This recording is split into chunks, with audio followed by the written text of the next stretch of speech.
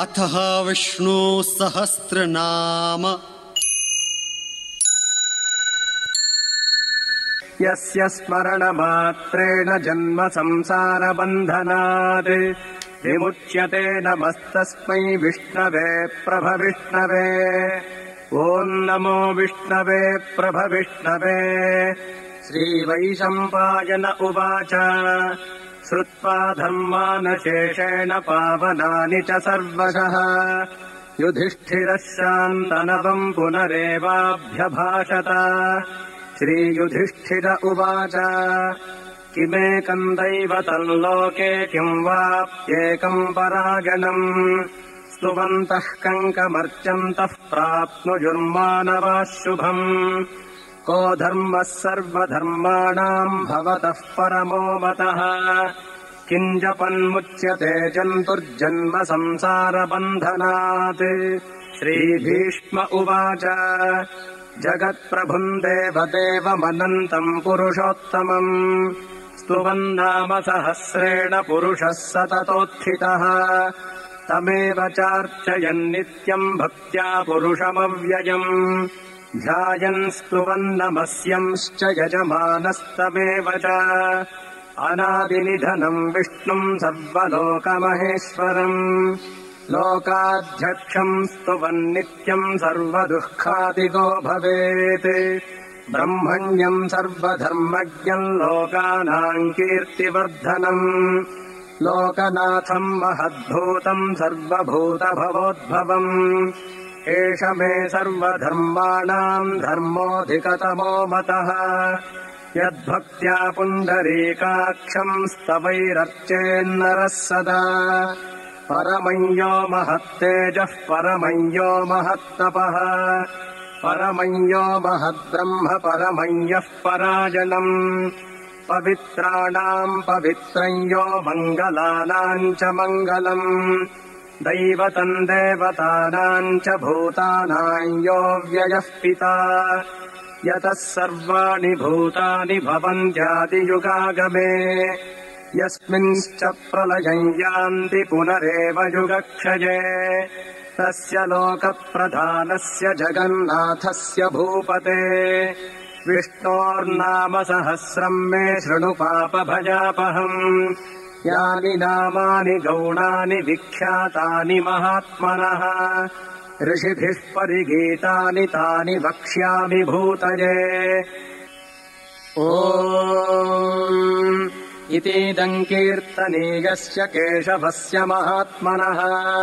नाम्नाम् सहस्रम् दिव्यानामशेषेण प्रकीर्तितम् य इदम् शृणुयान्नित्यम् यश्चापि परिकीर्तयेत् नाशुभम् प्राप्नुयात् किञ्चित् सोमुत्रेह च मानवः वेदान्तगो ब्राह्मणः स्यात् क्षत्रियो विजयी भवेत् वैश्यो धनसमृद्धः स्यात् शूद्रः सुखमवाप्नुयात् धर्मार्थी प्राप्नुयाद्धर्ममर्थार्थी चार्थमाप्नुयात् कामानवाप्नुयात् कामी प्रजार्थी चाप्नुयात् प्रजाम् भक्तिमान् यः सदोत्थाय श्रुतिस्तद्गतमानसः सहस्रम् वासुदेवस्य नाम्नामेतत् प्रकीर्तयेत् यशः प्राप्नोति विपुलम् याति प्राधान्यमेव च अचलाम् श्रियमाप्नोति श्रेयः प्राप्नोत्यनुत्तमम् न भयम् क्वचिदाप्नोति वीर्यम् तेजश्च विन्दति भवत्यरोगोद्युतिमान् बलरूपगुणान्वितः रोगार्तो मुच्यते रोगाद्बद्धो मुच्येत बन्धनात् भयान्मुच्येत भीतस्तु मुच्येतापन्न आपदः दुर्गाण्यतितरत्याशु पुरुषः पुरुषोत्तमम् स्तुवन्नाम सहस्रेण नित्यम् भक्तिसमन्वितः वासुदेवाश्रयो मर्त्यो वासुदेवपरायणः सर्वपापविशुद्धात्मा याति ब्रह्म सनातनम् न वासुदेव भक्तानामशुभम् विद्यते क्वचित् जन्म मृत्युजरा व्याधिभयम् नैवोपजायते इमम् स्तवमधीजानः श्रद्धा भक्तिसमन्वितः युज्येतात्मसुखक्षान्तिः श्रीधृतिस्मृतिकीर्तिभिः न क्रोधो न च मात्सर्यम् न लोभो नाशुभा मतिः भवन्ति कृतपुण्यानाम् भक्तानाम् पुरुषोत्तमे यौ स चन्द्रार्कनक्षत्राखन्दिशो भूर्महोदधिः वासुदेवस्य वीर्येण विधृतानि महात्मनः ससुरासुरगन्धर्वम् स यक्षोरगराक्षसम् जगद्वशे वर्ततेदम् कृष्णस्य सचराचरम् इन्द्रियाणि मनो बुद्धिः सत्त्वम् तेजो बलम् धृतिः वासुदेवात्मकान्याहुः क्षेत्रम् क्षेत्रज्ञ एव च सर्वागमानामाचारः प्रथमम् परिकल्पते आचारप्रभवो धर्मो धर्मस्य प्रभुरच्युतः ऋषयः पितरो देवा महाभूतानि धातवः जङ्गमाजङ्गमम् चेदम् जगन्नारायणोद्भवम् योगो ज्ञानम् तथा साङ्ख्यम् विद्याः शिल्पादिकर्म च वेदाः शास्त्राणि विज्ञानमेतत् सर्वम् जनार्दनात् एको विष्णुर्महद्भूतम् पृथग्भूतान्यनेकशः त्रीन् लोकान् व्याप्य भूतात्मा भुङ्क्ते विश्वभुगव्ययः इमम् स्तवम् भगवतो विष्णोर्व्यासेन कीर्तितम् पठेद्य इच्छेत् पुरुषः श्रेयः प्राप्तुम् सुखानि च विश्वेश्वरमजम् देवम् जगतः प्रभुरव्ययम् भजन्ति ये पुष्कराक्षम् न ते यान्ति पराभवम् ॐ विश्वम् विष्णुर्वषट्कारो भूतभव्यभवत्प्रभुः भूतकृद्भूतभृद्भावो भूतात्मा भूतभावनः भूतात्मा परमात्मा च मुक्तानाम् परमागतिः अव्ययः पुरुषः साक्षी क्षेत्रज्ञोऽक्षर एव च योगो योगविदान्नेता प्रधानपुरुषेश्वरः नारसिंहवपुः श्रीमान् केशवः पुरुषोत्तमः सर्वः शर्वः शिवस्थाणुर्भूतादिर्निधिरव्ययः सम्भवो भावनो भर्ता प्रभवः प्रभुरीश्वरः स्वयम्भूः शम्भुरादित्यः पुष्कराक्षो महास्वनः अनादिनिधनो धाता विधाता धातुरुत्तमः अप्रमेयो हृषीकेशः पद्मनाभोमरप्रभुः विश्वकर्मा मनुस्त्वष्टा स्थविष्ठस्थविरो ध्रुवः अग्राह्यः शाश्वतः कृष्णो लोहिताक्षः प्रतर्दनः प्रभूतस्त्रिककुब्धाम पवित्रम् मङ्गलम् परम् ईशानः प्राणदः प्राणो ज्येष्ठः श्रेष्ठः प्रजापतिः हिरण्यगर्भो भूगर्भो माधवो मधुसूदनः ईश्वरो विक्रमी धन्वी मेधावी विक्रमः क्रमः अनुत्तमो दुराधर्षः कृतज्ञः कृतिरात्मवान् सुरेशः शरणम् शर्म विश्वरेताः प्रजाभवः अहः संवत्सरो व्यालः प्रत्ययः सर्वदर्शनः अजः सर्वेश्वरः सिद्धः सिद्धिः सर्वादिरच्युतः वृषाकपिरमेजात्मा सर्वयोगविनिःसृतः वसुर्वसुमनः सत्यः समात्मा संमितः समः अमोघः पुण्डरीकाक्षो वृषकर्मा वृषाकृतिः रुद्रो बहुशिरा बभ्रुर्विश्वजोनिः शुचिश्रवाः अमृतः शाश्वतस्थाणुर्वरारोहो महातपाः सर्वगः सर्वविद्भानुर्विश्वक्सेनो जनार्दनः वेदो वेदविदव्यङ्गो वेदाङ्गो वेदवित्कविः लोकाध्यक्षः सुराध्यक्षो धर्माध्यक्षः कृताकृतः चतुरात्मा चतुर्व्यूहश्चतुर्दंष्ट्रश्चतुर्भुजः भ्राजिष्णुर्भोजनम् भोक्ता सहिष्णुर्जगदादिजः अनघो विजयो जेता विश्वजोनिः पुनर्वसुः उपेन्द्रो वामनः प्रांशुरमोघः शुचिरूर्जितः अतीन्द्रः सङ्ग्रहः सर्गो धृतात्मा नियमो यमः वेद्यो वैद्यः सदा योगी वीरः माधवो मधुः अतीन्द्रियो महामायो महोत्साहो महाबलः महाबुद्धिर्महावीर्यो महाशक्तिर्महाद्युतिः अनिर्देश्य वपुः श्रीमानमेजात्मा महाद्रिधृक् महेश्वासो महीभर्ता श्रीनिवासः सताङ्गतिः अनिरुद्धः सुरानन्दो गोविन्दो गोविदाम्पतिः मरीचिर्दमनोहंसः सुपर्णो भुजगोत्तमः हिरण्यनाभः सुतपाः पद्मनाभः प्रजापतिः अमृत्युः सर्वदृक्सिंहः सन्धाता सन्धिमान् स्थिरः अजो दुर्मर्शनः शास्ता विश्रुतात्मा सुरारिः गुरुतमो धाम सत्यः सत्यपराक्रमः निमिषो निमिषस्रग्वी वाचस्पतिरुदारधीः अग्रणीर्ग्रामणीः श्रीमान् न्यायो नेता समीरणः सहस्रमूर्धा विश्वात्मा सहस्राक्षः सहस्रपात् आवर्तनो निवृत्तात्मा संवृतः सम्प्रमर्दनः अहः संवर्तको वह्निरनिलो धरणीधरः सुप्रसादः प्रसन्नात्मा विश्वधृग्विश्वभुग्विभुः सत्कर्ता सत्कृतः साधुर्जह्नुर्नारायणो नरः असङ्ख्येयो प्रमेयात्मा विशिष्टः शिष्टकृच्छुचिः सिद्धार्थः सिद्धसङ्कल्पः सिद्धिदः सिद्धिसाधनः वृषाहि वृषभो विष्णुर्वृषपर्वा वृषोदरः वर्धनो वर्धमानश्च विविक्तः श्रुतिसागरः सुभुजो दुर्धरो वाग्मी महेन्द्रो वसुतो वसुः नैकरूपो बृहद्रूपः शिपिविष्टः प्रकाशनः ओजस्तेजोद्युतिधरः प्रकाशात्मा प्रतापनः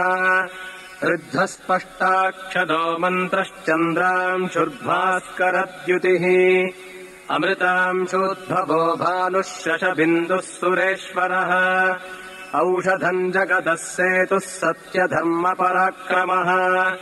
भूतभव्यभवन्नाथः पवनः पावनो नलः कामः कामकृत्कान्तः कामः कामप्रदः प्रभुः युगादिकृद्युगावर्तो नैकमायो महाशनः अदृश्यो व्यक्तरूपश्च सहस्रजिदनन्तजित् इष्टो विशिष्टः शिष्टेष्टः शिखण्डी नहुषो वृषः क्रोधः क्रोधकृत्कर्ता विश्वबाहुर्महीधरः अच्युतः प्रथितः प्राणः प्राणदो वासवानुजः अपान्निधिरधिष्ठानमप्रमत्तः प्रतिष्ठितः स्कन्दस्कन्दधरो दुर्यो वरदो वायुवाहनः वासुदेवो बृहद्भानुरादिदेवः पुरन्दरः अशोकस्तारणस्तारः शूरः शौरिर्जनेश्वरः अनुकूलः शतावर्तः पद्मी पद्मनिभेक्षणः पद्मनाभोरविन्दाक्षः पद्मगर्भः शरीरभृत् महर्धिर्वृद्धो वृद्धात्मा महाक्षो गरुडध्वजः अतुलः शरभो भीमः समयज्ञो हविर्हरिः सर्वलक्षणलक्षण्यो लक्ष्मीवान् समितिञ्जयः विक्षरो रोहितो मार्गो हेतुर्दामोदरः सहः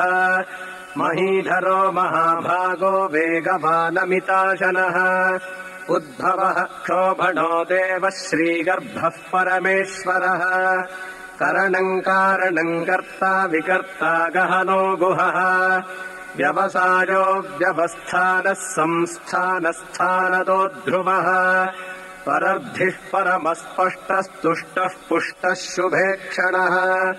रामो विरामो विरजो मार्गो नेयो नयो नयः वीरः शक्तिमताम् श्रेष्ठो धर्मो धर्मविदुत्तमः वैकुण्ठः पुरुषः प्राणः प्राणदः प्रणवः पृथुः हिरण्यगर्भः शत्रुघ्नो व्याप्तो वायुरधोक्षजः ऋतुः सुदर्शनः कालः परमेष्ठी परिग्रहः उग्रः संवत्सरो दक्षो विश्रामो विश्वदक्षिणः विस्तारस्थावरस्थाणुः प्रमाणम् बीजमव्ययम् अर्थोऽनर्थो महाकोशो महाभोगो महाधनः अनिर्विण्णस्थविष्ठो भूर्धर्मजूपो महामखः नक्षत्रनेमिर्नक्षत्री क्षमः क्षामः समीहनः यज्ञ इज्यो महेज्यश्च क्रतुः सत्रम् सताङ्गतिः सर्वदर्शी विमुक्तात्मा सर्वज्ञो ज्ञानमुत्तमम् सुव्रतः सुमुखः सूक्ष्मः सुघोषः सुखतः सुहृत् मनोहरोजितक्रोधो वीरबाहुर्विदारणः स्वापनस्ववशो व्यापी नैकात्मा नैककर्मकृत् वत्सरो वत्सलो वत्सी रत्नगर्भो धनेश्वरः धर्मगुग्धर्मकृद्धर्मी सदसत्क्षरमक्षरम् अविज्ञाता सहस्रांशुर्विधाता कृतलक्षणः गभस्तिनेमिः सत्त्वस्थः सिंहो भूतमहेश्वरः आदिदेवो महादेवो देवेशो देवभृद्गुरुः उत्तरो गोपतिर्गोप्ता ज्ञानगम्यः पुरातनः शरीरभूतभृद्भोक्ता कपीन्द्रो भूरि दक्षिणः सोमपोमृतपः सोमः पुरुजित्पुरुषत्तमः विनयो जयः सत्यसन्धो दाशार्हः सात्वताम्बतिः जीवो विनयिता साक्षी मुकुन्दोमितविक्रमः अम्भो निधिरनन्तात्मा महोदधिशयोऽन्तकः अजो महार्हः स्वाभाव्यो जितामित्रः प्रमोदनः आनन्दो नन्दनो नन्दः सत्यधर्मात्रिविक्रमः महर्षिः कपिलाचार्यः कृतज्ञो मेदिनीपतिः त्रिपदस्त्रिदशाध्यक्षो महाशृङ्गः कृतान्तकृत् महावराहो गोविन्दः सुषेणः कनकाङ्गदी गुह्यो गभीरो गहनो गुप्तश्चक्रगदाधरः वेधास्वाङ्गोजितः कृष्णो दृढः सङ्कर्षणोच्युतः वरुणो वारुणो वृक्षः पुष्कराक्षो महामनाः भगवान् भगः नन्दी वनमाली हलायुधः आदित्यो ज्योतिरादित्यः सहिष्णुर्गतिसत्तमः सुधन्वाखण्डपरशुर्दारुणो द्रविणप्रदः दिवस्पृक्सर्वदृग्व्यासो वाचस्पतिरजो निजः त्रिसामासामगः सामनिर्वाणम् भेषजम् भिषक् सन्न्यासकृच्छमः शान्तो निष्ठा शान्तिः परागणम् शुभाङ्गः शान्तिदः स्रष्टा कुमुदः कुवलेशजः गोहितो गोपतिर्गोप्ता वृषभाक्षो वृषप्रियः अनिवर्ती निवृत्तात्मा संक्षेप्ता क्षेमकृच्छिवः श्रीवत्सवक्षा श्रीवासः श्रीपतिः श्रीमताम्बरः श्रीदः श्रीशः श्रीनिवासः श्रीनिधिः श्रीविभावनः श्रीधरः श्रीकरः श्रेयः श्रीमान् लोकत्रयाश्रयः स्वक्षस्वङ्गः शतानन्दो नन्दिर्ज्योतिर्गणेश्वरः विजितात्मा विधेयात्मा सत्कीर्तिश्छिन्न संशयः उदीर्णः सर्वतश्चक्षुरनीशः शाश्वतस्थिरः भूषयो भूषणो भूतिर्विशोकः शोकनाशनः अर्चिष्मानर्चितः कुम्भो विशुद्धात्मा विशोधनः अनिरुद्धो प्रतिरथः प्रद्युम्नोमितविक्रमः कालनेमिनिहा वीरः शौरिः शूरजनेश्वरः त्रिलोकात्मा त्रिलोकेशः केशवः केशिहा हरिः कामदेवः कामपालः कामी कान्तः कृतागमः अनिर्देश्य वपुर्विष्णुर्वीरोऽनन्तो धनञ्जयः ब्रह्मण्यो ब्रह्मकृद्ब्रह्म ब्रह्म ब्रह्मविवर्धनः ब्रह्मविद्ब्राह्मणो ब्रह्मी ब्रह्मज्ञो ब्राह्मणप्रियः महाक्रमो महाकर्मा महातेजा महोरगः महाक्रतुर्महायज्वा महायज्ञो महाहविः स्तव्यस्तव प्रियस्तोत्रम् स्तुतिस्तोतारणप्रियः पूर्णः पूरजिता पुण्यः पुण्यकीर्तिरनामयः मनोजवस्तीर्थकरो वसुरेता वसुप्रदः वसुप्रदो वासुदेवो वसुर्वसुमनाहविः सद्गतिः सत्कृतिः सत्ता सद्भूतिः सत्परायणः शूरसेनो यदुश्रेष्ठः सन्निवासः सुजामुनः भूतावासो वासुदेवः सर्वासु निलयो नलः दर्पः दर्पदो दृप्तो दुर्धरोऽथापराजितः विश्वमूर्तिर्महामूर्तिर्दीप्तमूर्तिरमूर्तिमान् अनेकमूर्तिरव्यक्तः शतमूर्तिः शताननः एकोनैकः स वः कः किम् यत्तत्पदमनुत्तमम् लोकबन्धुर्लोकनाथो माधवो भक्तवत्सलः सुवर्णवर्णो हेमाङ्गो वराङ्गश्चन्दनाङ्गदी वीरः विषमः शून्यो घृताशीरचलश्चलः अमानी मानदो मान्यो लोकस्वामी त्रिलोकधृत् सुमेधा मेधजो धन्यः सत्यमेधाधराधरः तेजो वृषोद्युतिधरः सर्वशस्त्रभृताम् वरः प्रग्रहो निग्रहो व्यग्रो नैकशृङ्गो गदाग्रजः चतुर्मूर्तिश्चतुर्बाहुश्चतुर्व्यूहश्चतुर्गतिः चतुरात्मा चतुर्भावश्चतुर्वेदविदेकपात् समावर्तो निवृत्तात्मा दुर्जयो दुरतिक्रमः दुर्लभो दुर्गमो दुर्गो दुरावासो दुरारिः शुभाङ्गो लोकसारङ्गः सुतन्तुस्तन्तुवर्धनः इन्द्रकर्मा महाकर्मा कृतकर्मा कृतागमः